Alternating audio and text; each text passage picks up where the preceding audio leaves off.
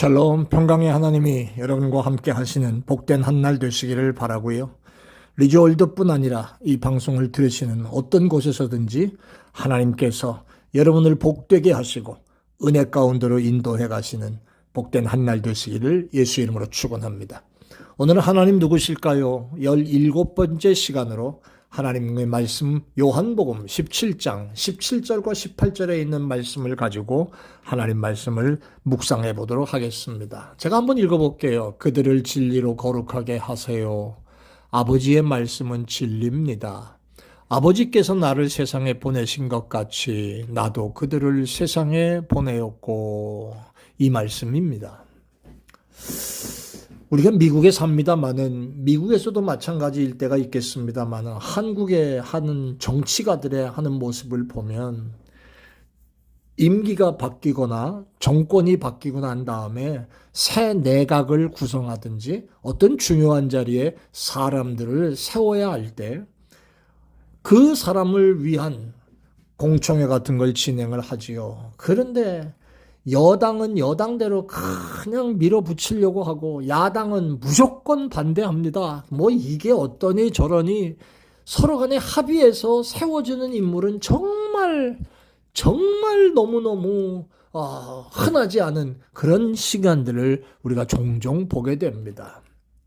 뭐 한다고 그렇게 문제 많은 사람을 세우는 것도 문제고 또 그 문제 속에 있는 사람들이라고 할지라도 필요해서 추천을 했을 터인데 무조건 안 된다고 얘기하는 그러한 이 의견이 다른 사람들의 모습을 이렇게 보면 참 힘들구나 이런 사실들을 생각하게 되지요. 한 가지로 이런 거 아니겠습니까? 필요한데 공직자로 임명받기에는 큰 흠을 갖고 있기 때문에 뭐 그렇게 이해를 하고 넘어갑니다. 정말 공정하고 정직하게 감당해야 될 자리에 들어가는 건데 그동안 그렇게 살아오지 않은 게 이제 문제가 되고 있는 거지요.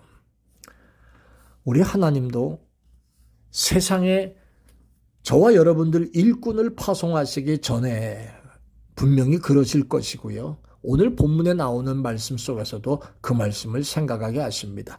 일꾼을 파송하시기 전에 먼저 거룩하게 하십니다.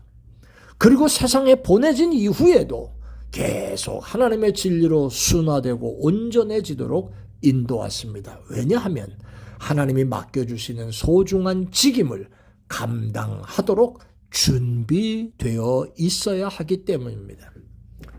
예수님이 실제로 제자들과 함께 하실 때 예수님은 제자들의 그 서로 높아지려는 욕심을 꾸짖으셨습니다. 세상에서는 서로 높은 자가 큰 자인 줄 알지만 하나님 나라에서는 섬기는 자가 큰 자라는 사실로 바꿔주시는 훈련을 시키시지요. 예수님이 배 안에 계신데 풍랑이 일어나서 배가 흔들리자 두려워했던 제자들에게 믿음이 없다고 책망하신 적도 있으셨습니다. 지금은 배가 흔들려도 이 모양인데 앞으로 세상을 살면서 어떻게 너희들이 하나님의 사람으로 사역을 하겠느냐. 이렇게 마음이 흔들리고 어려울 때가 많을 텐데 믿음이 이래 없어서야 어떠하겠느냐. 그런 것들을 염두에 두시고 훈련시키시는 그런 모습도 되었을 줄 압니다. 베드로가 예수님에게 주는 그리스도십니다. 살아계신 하나님의 아들이심이 분명합니다. 이렇게 고백해서 칭찬을 하시긴 하셨지만 그러나 예수님이 배반당하시고 죽을 것이라고 말씀하시자 어느새 사단이 베드로의 마음속에 틈을 타고 베드로가 그리하지 마세요 선생님 라고 하자 사단아 물러가라 꾸짖었습니다. 베드로야 입 닥쳐라 그 말씀이 아니시고요. 사단아 물러가라 그 속에 있는 존재가 베드로를 그렇게 만들었다고 하는 사실을 분명히 알고 꾸짖으신 거죠.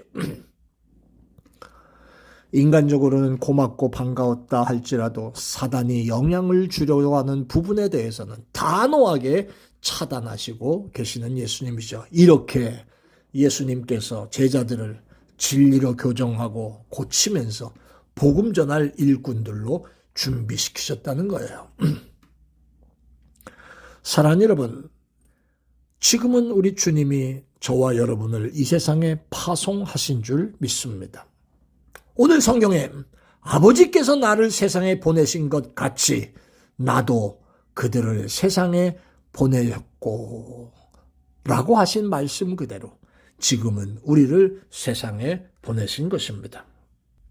세상에 보내시고 난 이후에 우리를 계속 진리로 순화시켜 주시면서 우리를 더 하나님의 일꾼답게 인도해 가고 계십니다. 그러므로 하나님은 말씀을 통해서, 환경을 통해서, 우리의 몸과 마음, 우리의 모든 걸 통해서 우리를 만들어가고 계신 것을 아시기를 바랍니다. 근데 때로는 우리가 스스로 나는 별로 쓸모없는 존재야 라고 생각해서 낙심될 때도 있습니다. 여러분, 이것은 바로 사단이 우리에게 뿌려놓은 거짓말들이 작용해서 그렇습니다. 사단은 하나님이 야 주병훈이 너 같은 놈을 하나님이 사랑하시겠냐? 너 생각해봐라. 너 같은 죄인을, 너같이 이 못난 놈을 하나님 사랑하시겠냐? 이렇게 생각하게 하는 게 사단의 일입니다. 그러기 까닭에 나는 하나님께 별 쓸모없는 사람인 것처럼 생각하게 하고요. 나는 교회에 별로 도움이 안 되는 사람인 것처럼 생각하게 하고요. 그리고 나는 여기에, 나는 우리 가정에, 나는 여기 이 상황 속에 아무것도 할 수 없는 사람으로 자꾸만 그렇게 좌절하게 하고 포기하게 만들지요. 어제 제가 뭔 말씀을 드렸습니까? 어제 우리가 묵상했던 게 뭡니까? 너는 택한 족속이라. 너는 왕 같은 제사장이야. 너는 거룩한 나라야. 너는 나의 소유야. 여기에 우리가 너무너무 자랑감을 가지고 쓸 수 있도록 만들어주신 하나님의 특권을 가진 자들이 아닙니까? 그 말씀을 어제 했습니다. 그런데 사단은 반대로 나를 자꾸 별볼일 없는 사람으로 만듭니다. 그러므로 나는 쓸모없다라고 하는 이 사탄 마귀의 거짓말에 속지 말고 나는 택한 족속이고 왕 같은 제사장이다. 거룩한 나라요. 나는 하나님의 소유인 하나님의 백성이라. 사단아, 나를 괴롭히지 말고 내게서 떠나가라. 선포하고 물리치는 여러분들 되시기를 바랍니다. 하나님이 이 땅에 파송한 거룩한 일꾼이 바로 여러분이시고 바로 저입니다. 하나님은 지금도 나를 새롭게 만들어 가시려고 하시고요. 지금도 더욱 귀하게 사용하려고 하시는 거예요. 세상은 60 넘어 70이면 은퇴하고 뒷방 늙은이로 나가 이제 또 우리가 이렇게 되어진 나이가 됐습니다만 하나님은 은퇴가 없습니다. 나이가 든 거 안 든 거 관계없습니다. 또 연약한 거 또 못난 거 관계없습니다. 하나님은 나를 택하셨고 만드셨고 그리고 제사장같이 거룩한 나라요 당신의 재산이라고 말씀하시면서 나를 이끌고 사용하시고 계시는 것을 여러분 아시기를 바랍니다. 그러므로 오늘도 그런 믿음을 가지고 우리 하나님 앞에 더욱더 거룩하게 준비된 일꾼으로 살아가는 여러분 되시기를 예수님 이름으로 축원합니다. 아멘.